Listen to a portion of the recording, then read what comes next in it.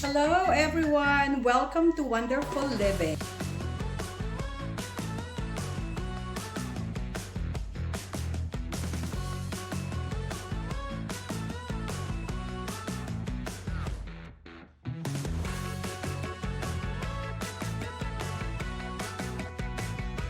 My name is Jerry, and gaya ng ipinangako ko sa inyo, today we will be making a flower arrangement. So, naisip ko lang, it will not just be a hobby. So sa umpisa hobby, and it's very therapeutic, especially for those people na mahilig sa bulaklak, mahilig sa halaman. Maganda siyang outlet. I myself find it very therapeutic, and I've been doing this for years now, and napansin ko, kaka-practice ko, I was able to develop some skills. So yung skill na yon, ginawa kong side hustle, and now it's a flourishing business like the flowers. And so gusto kong i-impart yung natutunan kong skills, na develop kong skills para magkaroon din kayo ng sarili nyong negosyo later on, or whatever you want to do with that skill. So today, like I said, we will be making a 2 dozen long stem flower arrangement. It will be in a vessel. We call it a vessel or a vase. So gagawa tayo. This is actually iconic arrangement nung home-based flower shop ko. So hopefully today may matutunan kayo. I'm so excited, and hopefully kayo din excited. So hello Wanderers! So start na tayo. I got my apron, and we'll start with what we need for this flower arrangement. So sa umpisa, para malinis lang, kasi syempre like itong counter na to, ginagamit ko din to sa pagluluto. So I make sure na may barrier siya palagi. So naglagay lang ako ng parang brown paper. I laid it dun sa area na gagamitin ko. That's included in the materials we need para may barrier palagi. So we're gonna start with the wet foam brick. So itong ginagamit ko, kasi dalawang klase ng foam. Yung isa nakaka-absorb ng tubig, tapos yung isa hindi. Those are just for plastic flowers, they call it, fake flowers, whatever have you. So, pero ito, pag dinip mo siya sa water, it will absorb the water. And bali yun ang magiging water ng ating fresh flowers. Alright? So, I'm pretty sure sa mga nagtitinda ng mga halaman, may ganito, or any hobby store. Alright? So, normally, sa isang ganito, isa ang ginagamit ko, or 1.5. So, okay. So, I would probably need one of these, or 1.5. And then, these will be the vessel for the 24 pieces of long stem flowers. Kailangan medyo malaki kasi depende sa bulaklak actually. So like ito, look how, although we're not gonna be using the whole stem, puputulin natin dito. Pero look how thick yung stem niya. So when you got 24 pieces right here, siksikan na siya. So kailangan medyo malaki, hindi yung makipot na vase. Alright? So, and then of course you will need whatever kind of flowers that you plan to design it with. I also have here mga pa-effect gaya ng ostrich feather. I chose an ivory because it's very, it looks nice dito sa ang tawag nila dito sa color is piggy. So, para siyang medyo like light salmon rosé or pinkish. Alright? So, and then we have some wrappers. These are waterproof wrappers. Mabibili din siya sa mga hobby store. So, yun lang. And then, meron tayong chopping board. Dito natin i-slice yung ating foam that we have been soaking for the last 3 hours para babad. Mas maganda kasi babad na babad sa tubig. Para alam mo yon, it absorbs already a lot of water. Para kung ito ay like 24, syempre kailangan niya maraming tubig, ano. So, you have enough water on the vessel. So, let's start now. So, let's start by slicing our wet foam. Grabe, ang bigat niya. So, when I slice this, so normally, ang gagawin ko, lalagyan ko lang ng marker. Alam ko na kakasya siya. So, let's just slice this on the middle. Tansyahan na lang, honestly. So, tingnan nyo, all the way basa siya. Kasi normally, ang sikreto kasi nitong foam na to, you don't dip it, you let it go down with water. So, kasi pag pinwersa nyo, yung gitna, hindi siya nababasa, hindi siya naa-absorb. So, dapat pabayaan nyo siyang lumubog, in other words. So, I'm gonna go inside. So, pag ganon, para, tignan nyo. Pagka kasi pag ganyan, malalim yung pagsusuksukan natin. Pag ganon, onti lang. So, kaya kailangan pa ganyan. Alright? Pasensya na ha. Hindi pa sanay ang lola nyo. Nako-conscious nga ako eh. So, alright. And then, I will slice it again in the middle. Kasi, what we're trying to achieve is majority will be covered with foam. So, these will be, like I said, trial and error. So, but when you are able to find your system, magiging mas madali. Huwag kayong matakot magkamali. Ganun talaga yon. Kasi ako hanggang ngayon, minsan palpak eh. So, but, don't be too hard on yourself. Ganun lang talaga yon. Gaya niyan, diba? So, ang maganda lang dito,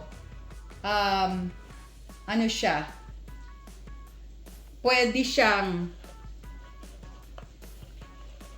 mo siyang i-cut, madali siyang i-form, in other words. So, like that. So, sobra siya. So, what I'm gonna do is, chapin pa yung para pumasok. So, ako, ganyan, hindi naman ako magpapaka-stress niyan para pantay-pantayin pa. Although, kasi matatabunan naman yan mamaya pag ni-wrap na natin. But the idea is, mas maraming foam na nakalagay, mas better. Kasi syempre, yun ang pagsusuksukan ng bulaklak nyo. So, ako as much as possible, pupunuin ko siyang ganito. Alright? Alright. So, that's gonna be our step 1. So, tapos na tayo sa step 1. Step 2 na tayo. So, nalagay na natin yung wet foam sa vessel. Andito na. So, ngayon, actually, bago dapat lahat yan, normally kasi pag bibili ka ng mga, in example, roses, or probably any kind of flower, whether sa supplier mo, sa hardinero, sa kahit sa flower shop na i-rearrange mo, para ma-accommodate yung style mong gusto, normally, ang tawag namin, ipaprocess mo pa siya, which is lilinisin mo, ipe-prep mo. That's, I guess, the right word for it. So, ang ginagamit ko, pasensya na kayo mga wanderers, hindi ko alam ang tawag dito. Pero, ito yung device na ginagamit mo. So, in example, pinrocess ko na kasi ito kasi it's gonna take a long time. At least ang pagpaprocess for a 24 from taking out yung mga lantana na petals to yung taking out the leaves, it takes about 30 to 40 minutes. Ganun siya katagal. Kasi syempre, gusto mong ingatan dahil fragile ang mga bulaklak, hindi ba? So, lalo na pag-order, halimbawa 2 dozen, pag bumibili sa supplier, by the dozen as well, kaya dapat hindi talaga, there's not much room for error. Kaya dapat you handle it with care. So, anyway, ang dami ko sinabi. Ang pagpaprocess nito, so, nakikita nyo yung ngipin niya, yung groove, bale, paano ba yan ang makikita? So, ilalagay nyo lang siya sa groove na ganon. Tapos, hahatakin nyo pababa na mabilis lang. So, I'm gonna do it this way. So, pag ganyan. So, lahat ng dahon, kung ano man, tinik, ganyan, this will filter it and will take it out.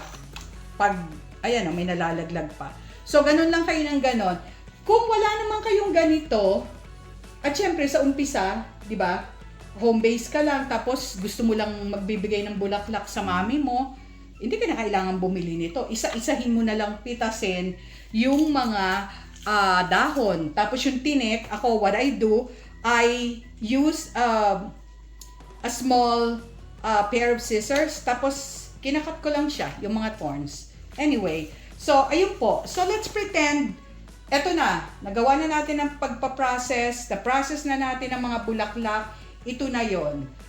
Tinanggal na natin yung mga unwanted at mga hindi masyadong fresh na petals. Kasi hindi maganda kahit na ang dami ng bulaklak at malaki siya, super bloom siya, pag nakita mong may mga lanta, ay hindi siya maganda sa mata So, kasi nga, bulaklak, kumbaga sa it should resonate freshness.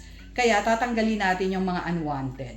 Alright, so next step, eto na alam nyo pag ginagawa ko to, no arrangement is the same. Because, flower arrangement is an art. So, ganun talaga yon.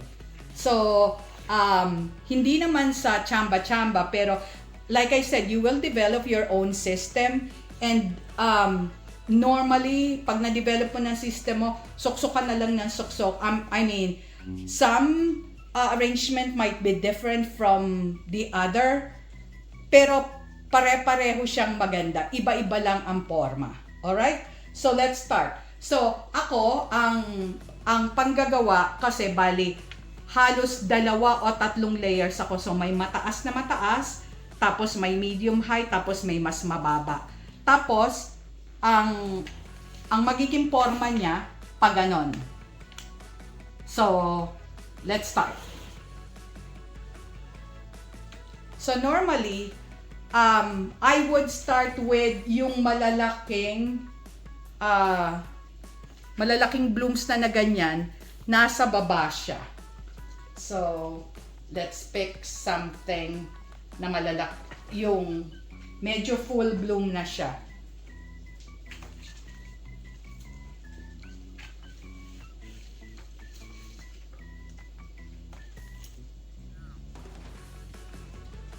Alright, so dahil nagtuturo ako ngayon, normally kasi sinusuksok ko lang yan ang sinusuksok. I wanna teach you and I'll do my best para ituro tong style ko. Sana it works for you. Normally, dalawang klase yan. You wanna arrange it by height or you wanna arrange it by color. So, or, depende talaga sa anong gusto nyong style na ma-develop. So ako, since ito, hindi siya masyadong nagkakalayo ng mga kulay, so I will do it by height. So, gaya ng sabi ko, pag ganun siya, ano ba ang nun? I don't know kung anong tawag dun sa style na yon. So, I'll start. So, yung pinakalikod niya will be the highest. Alright? Okay. So, let's do it. So, dito ako kukuha. So, this one is most likely okay na siya. So, ang gagawin ko, ikakat ko. Tapos, i-dip ko kaagad sa water. This water has a food plant. Parang similar to like this, kung anong gusto nyong brand. And normally, naglalagay lang ako ng half a teaspoon sa water. So, this is just for yung stem to absorb the nutrients right away do sa tubig. Kasi syempre, ito foam lang to. Mas maganda pa rin yung naka-absorb agad siya. So,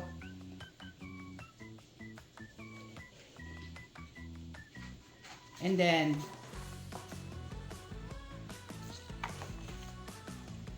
I'll do this.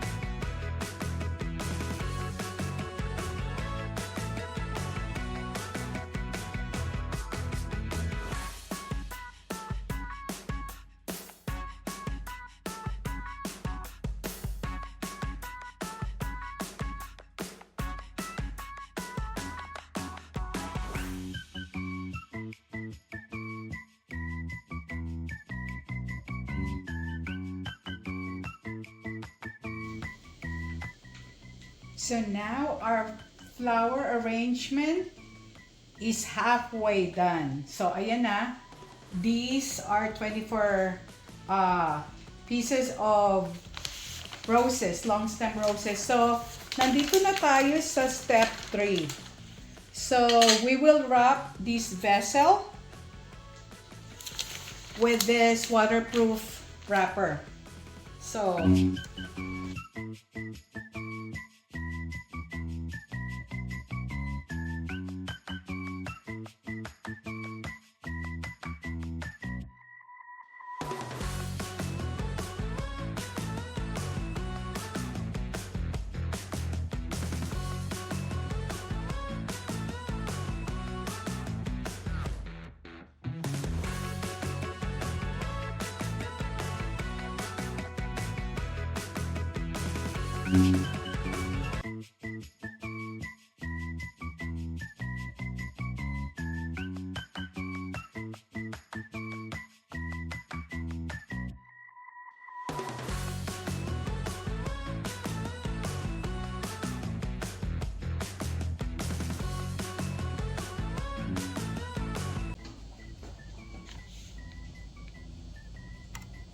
So, natapos na nating i-arrange ang 2 dozen long stem roses. So, bali yan ang kinalabasan. I will show you later, but yung form niya is like triangular. Pag ganon. So, and then we will embellish this with feathers later. Tapos yung pa-fan natin na background right here. Alright? Okay. We'll proceed with the next step.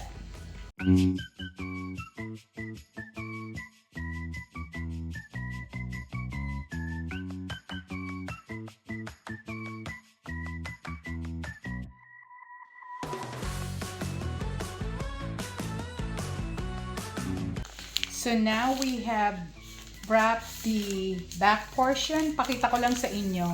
And it is normal na hindi yan perfect. Mahirap i-perfect yan. So wag nang magpaka-stress para ma-perfect. So ang goal is para makubera natin yung likod. Magkaroon ng coverage yung likod para meron siyang parang backdrop. And it should gonna look like this. The next step would be to wrap this up para may clean look ang bouquet natin. So bali i-wrap natin yan, but before that we're gonna put some embellishment right here gaya ng tulle at saka ng feathers. So we'll do it right now. Okay. So for the embellishment, I'm gonna put some ostrich feather, but since this is a ultra long stem, see, pag dito ko inilagay, parang medyo bitin siya. So I will aid it with a stick para at least, lalo na sa back portion, medyo mataas siya, mas mataas siya kaysa dun sa bulaklak. Alright?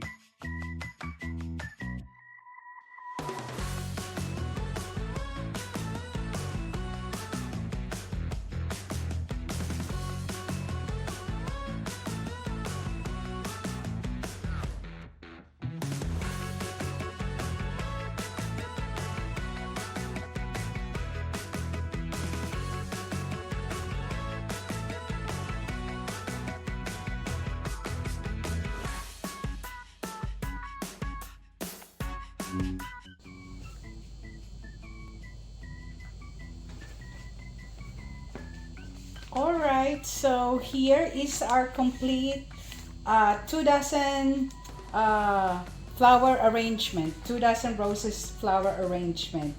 So, nilagyan natin ng, like I said, ostrich feather, tapos may mga tulle tayo dyan.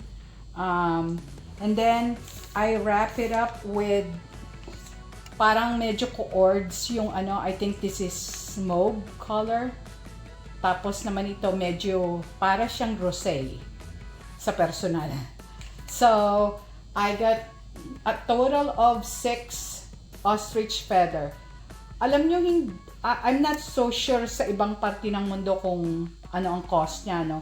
Pero, this one you can tell it's a well-made flower arrangement na hindi mo lang siya mabibili sa halimbawa sa grocery store, pag dito sa United States. Tapos sa Manila, I'm pretty sure, you know, this can be bought sa isang flower shop. So, but you can make it as a hobby, lalo na yung mga ADHD population natin. This is a very, very good therapy. Basta, pag hindi nyo feel gawin, so, slide nyo some other day. But the goal is, you know, to help you slow down. And, kumbaga sa ano, a form of therapy, meditation and all that. So, it should be a stress reliever. But otherwise, kung hindi naman, then probably next, next hobby na lang ulit tayo. In the coming weeks or months, I will be teaching you as well how to make yung boutonniere, parang corsage, what else? siguro bridal bouquet. So, there's gonna be a lot of tutorial that I will be conducting. So, sana nagustuhan nyo. I'm pretty sure practice lang makakagawa din kayo nito. Now, to top it off, I will put a cello sheet right here to protect the arrangement, especially the flowers. Tapos, maganda din naman siyang tingnan kahit may cello sheet. So, yeah, I'll be back shortly when I have that cello sheet on top. Alrighty. So, wonderful people. Ang last part would be putting on the cello sheet. It is a barrier or a protector for your arrangement. And at the same time, you know, it looks nicer with this one. Kasi para siyang, you know, there's a touch of premiumness.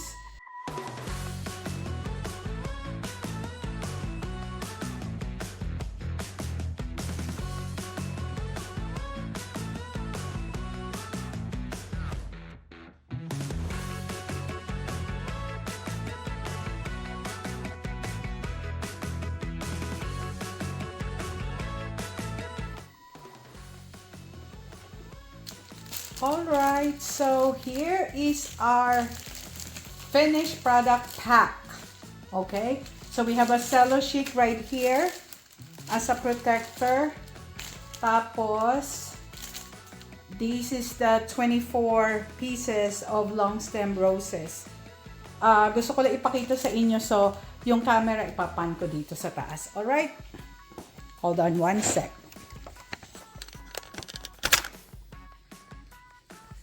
So, bale, ganyan yan. Diba? Ang pretty niya.